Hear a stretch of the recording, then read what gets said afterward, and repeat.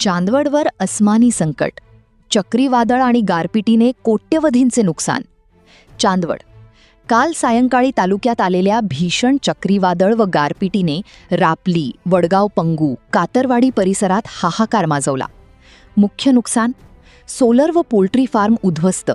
अतुल सोनवणे, बबन चव्हाण, आशाबाई जाधव यांचे solar plant आणि सीमा अली, सचिन गांगुर्डे यांचे पोल्ट्री फार्म उडून गेले.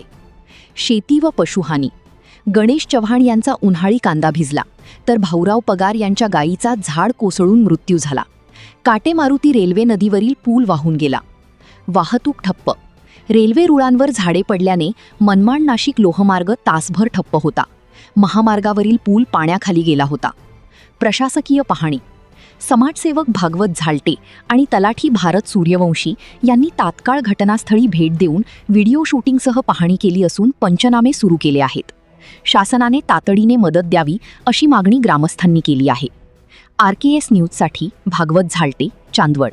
तुमची काय नुकसान झाली शेतकरी म्हणून तुम्ही काय सांगू शकता? मी रवींद्र आबासाहेब चव्हाण, राहणार वडगाव पंगू. इथे काल 7 तारखेला संध्याकाळी 7 वाजता भयानक चक्रीवादळ झालं आणि त्या चक्रीवादळामध्ये आमचे दोन्ही सोलर प्लॅन्ट उडून गेले आणि सगळ्या ठिकाणी आमच्या वीज पुरवठा खंडित झाला.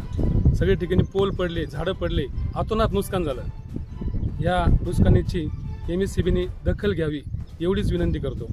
त्याचा जो प्रकार झाला, एवढं मोठ्या प्रमाणात नुकसान झालं वडगाव पंगूमध्ये. आमचा ट्रान्सफॉर्मर डायरेक्ट कोलमडलेलं आहे, झाडं आणि जे सोलार प्लॅन्ट आहे ना डायरेक्ट उडून गेलेले आहे. फार मोठ्या प्रमाणात नुकसान झालेलं आहे आमच्या परिसरामध्ये. वडगाव पंगू, इथं वागदर्डी, रायपूर हे 2-3 गावामध्ये झालं आहे ना प्रमाणात नुकसान.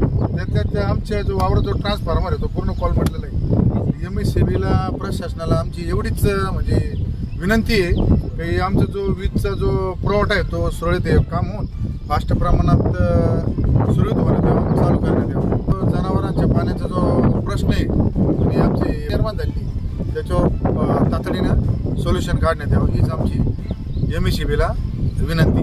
काल जे चक्रीवादळ झालं त्यामध्ये तुमचं काय नुकसान झालं?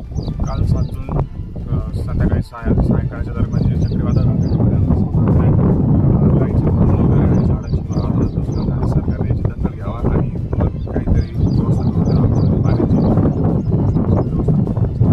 पूर्णपणे वीज खंडित झाली तुमची आणि पूर्ण तुमचे पोलांची आणि सोलर प्लॅन्टची आणि झाडांची मोठ्या प्रमाणात नुकसान झाली. याची शासनाने लवकरात लवकर दखल घ्यावी.